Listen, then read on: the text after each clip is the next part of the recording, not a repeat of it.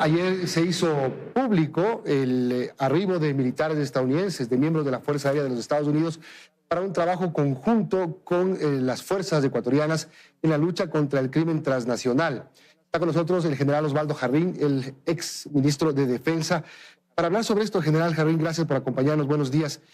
Antes de detallar en qué consiste el trabajo de los militares estadounidenses, quiero preguntar si es que esto tiene relación o tendría relación con todo este despliegue militar que está haciendo Estados Unidos. Llegaron militares de Perú, lo que está pasando en el Caribe. ¿Este es un tema regional? ¿Esta es una estrategia más allá de lo nuestro? Buen día. Buenos días, gracias por la invitación.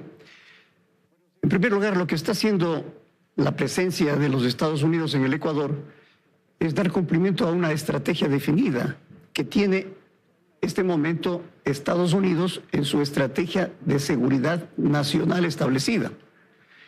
Y en lo que respecta al continente, como les llaman, el hemisferio occidental, con preeminencia de los Estados Unidos, para protección del territorio nacional y para garantizar el acceso que se debe tener a los diferentes puntos que son de carácter estratégico en todo el hemisferio. Y esto corresponde precisamente a lo que ocurre tanto en el Caribe como ahora en el Pacífico y con diversos países. Es un avance que se está realizando dentro de la Estrategia Nacional de Seguridad de los Estados Unidos. Y en lo que respecta al Ecuador, lo que se quiere obtener, según lo que se ha establecido, es en primer lugar un mejoramiento de las capacidades estratégicas del país, un mejoramiento y más bien un fortalecimiento de la capacidad operativa, mejoramiento de inteligencia, integración de inteligencia en los diferentes órdenes y combate al narcotráfico.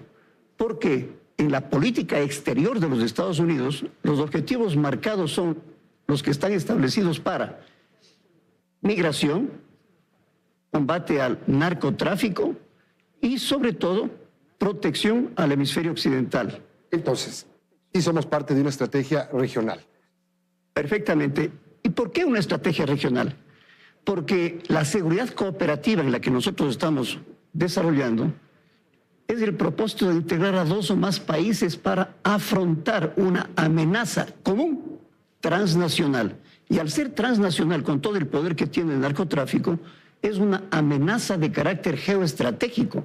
No es un asunto binacional, es un asunto de seguridad cooperativa de varios países para enfrentar esta amenaza que afecta a toda la región. Ahora, el ejercicio que se está implementando ya con la llegada de estos militares, de estos miembros de la Fuerza Aérea y todo lo que tiene que ver con la logística que ha llegado, tiene que ver con estos 3 acuerdos firmados por el gobierno del presidente Lasso en 2023, que tienen que ver con la asistencia de interceptación aérea, que seguramente es lo que van a hacer primero, por eso son miembros de la Fuerza Aérea estadounidense, el acuerdo relativo al estatuto de las fuerzas y el acuerdo relativo a operaciones contra actividades marítimas transnacionales ilícitas. Sin duda, es lo que se empieza a aplicar de lo firmado en 2023. Efectivamente, pero además de los 3 acuerdos que se han firmado, hay que tomar en cuenta que también hay 2 memorandos de entendimiento del Comando Conjunto, firmados con el jefe del Comando Sur. Pero estos aspectos no son coyunturales. Por supuesto, es un trabajo que se ha realizado especialmente con relaciones exteriores. Esto significa que defensa debe estar articulada con diplomacia para dar continuidad a los acuerdos que están realizándose y que hay necesidad de que se establezca una integración sistémica. Porque una cosa es firmar los acuerdos, otra cosa es ponerlos en vigencia. Y no solamente somos de acuerdo con Estados Unidos.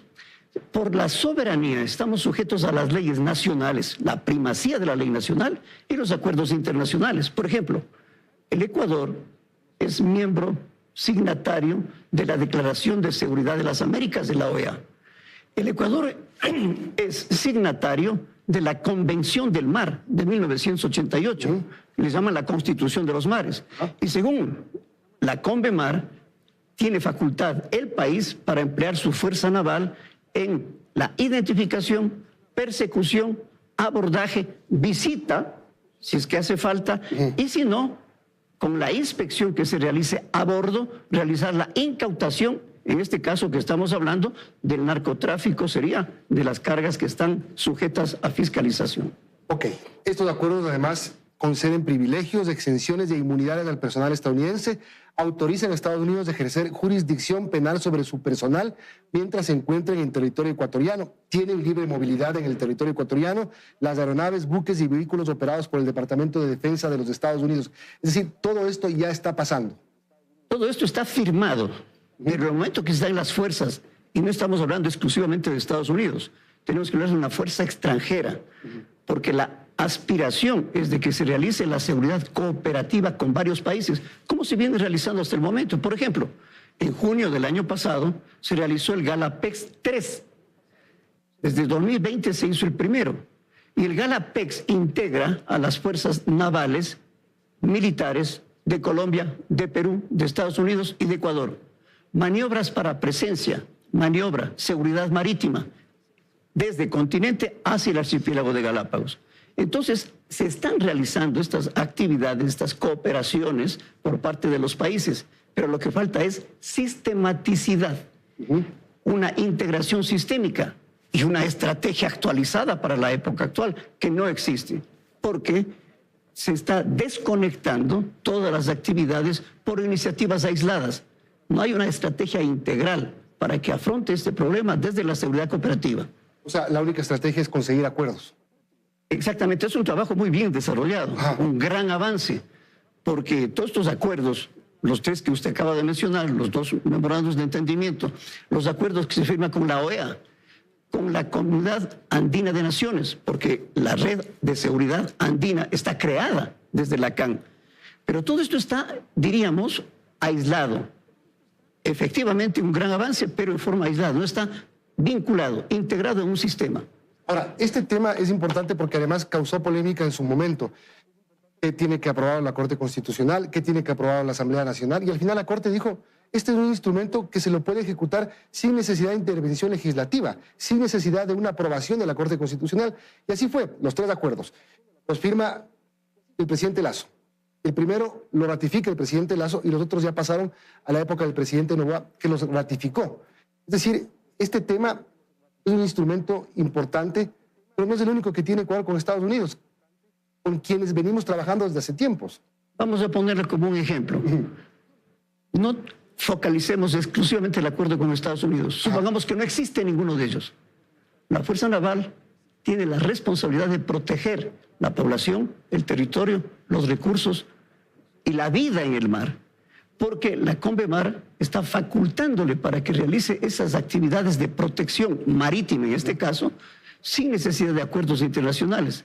Este acuerdo lo que hace es reforzar, incrementar, detallar específicamente el cómo se va a dar cumplimiento a estos cumplimientos internacionales, del derecho internacional, uno, y de la CONVEMAR, que está, Constitución de los Mares, que está sujeta el país ventajosamente para proteger el territorio, la vida y la población. Con esto se me ocurre preguntar, entonces no hacía falta una pregunta sobre el tema del regreso de las bases extranjeras.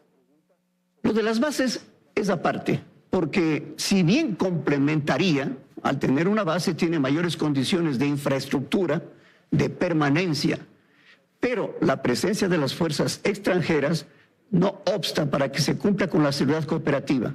Mejor si se tiene una instalación permanente, pero eso no fue aprobado, se respeta, pero la estrategia sigue. A ver, tenemos cooperación con Estados Unidos, usted mencionaba 2020, el Orión P-3, este famoso avión radar que circula en el Ecuador, sigue viniendo, ese es un tema importante, era un trabajo de interdicción muy importante el que hace este avión. El ejemplo más concreto es la incautación de droga con navíos que no tenían ningún registro, a 170 millas al norte de las Islas Galápagos. ¿Cómo se puede tener capacidad con nuestra fuerza naval, con nuestros recursos, con nuestra inteligencia, para obtener esa información y poder actuar y cumplir con la persecución, la interdicción y la incautación? Es porque está presente dos aviones P-3, uno en el continente y uno en la Isla Galápagos, no permanentes. Vienen, operan 4 o 5 días y se van, pero van alternando. Precisamente esta maniobra, esta iniciativa se desarrolló desde el 2020 para tener este apoyo indispensable para la Fuerza Aérea y para la Fuerza Naval en la exploración aeromarítima. Ahora, y finalizo con esto, general.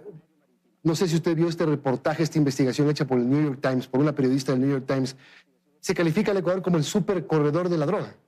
El 70% de la droga pasa por el Ecuador sin ser un país productor. Esta información es antigua. En el mismo 2019 y 2020, Naciones Unidas ya emitió con Naciones Unidas relacionada con la oficina DC del control del narcotráfico. El 76% sale por el Pacífico, el 18% por el Caribe, de tal manera que la prioridad está en el Pacífico. Y este corredor es importantísimo porque no es del Ecuador, es del corredor colombo-ecuatoriano, llamemos así, porque toda la costa de Colombia no tiene las facilidades de playas portuarias y las facilidades de transporte y de salida de la droga. Entonces este corredor, por eso, al ser binacional el corredor, se incluye también a Perú para que la seguridad cooperativa permita que se cubran estos corredores marítimos y todo lo que dice en el acuerdo, que es la desarticulación de la ruta. Para eso vienen los Estados Unidos, a cooperar con el Ecuador en esa desarticulación. Y es este corredor importantísimo para la salida de droga. Por consiguiente, no es una novedad esa información que se da. Claro, además, ¿qué hace toda la carga militar estadounidense en el Caribe si toda la carga de droga está en el Pacífico? Exactamente, es prioridad de la salida por las facilidades que se tiene y porque los principales países productores de droga son Colombia y Perú. Aparte, no estoy restando importancia en la Amazonía, que la triple frontera del norte se conecta con Brasil y se integran también esos grupos de carteles extranjeros, parte fundamental para una amenaza transnacional geoestratégica, porque estos carteles se integran, se articulan, tienen un gran poder y amenazan a las instituciones de los estados. Tengo 10 segundos y le quiero preguntar para finalizar, general. Con esta implementación de los instrumentos firmados con Estados Unidos en el 2023, podemos esperar que, uno, mejore la capacidad operativa de la Fuerza Armada Ecuatoriana, ¿sí o no? Por supuesto. Que baje el nivel de violencia en el Ecuador. Diferente, porque estamos hablando de delincuencia y crimen organizado. Cuando esté la fuerza extranjera, especialmente Estados Unidos, hay que considerar dos aspectos. En primer lugar, que no deben tener autonomía. Es decir, vienen acá y se sujetan a las leyes del Ecuador. Y las Fuerzas Armadas del Ecuador no pierden tampoco su autonomía y no se subordinan.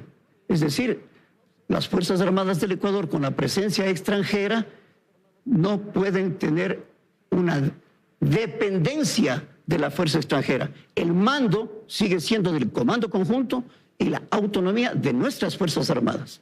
General, muchas gracias por acompañarnos. Gracias a usted.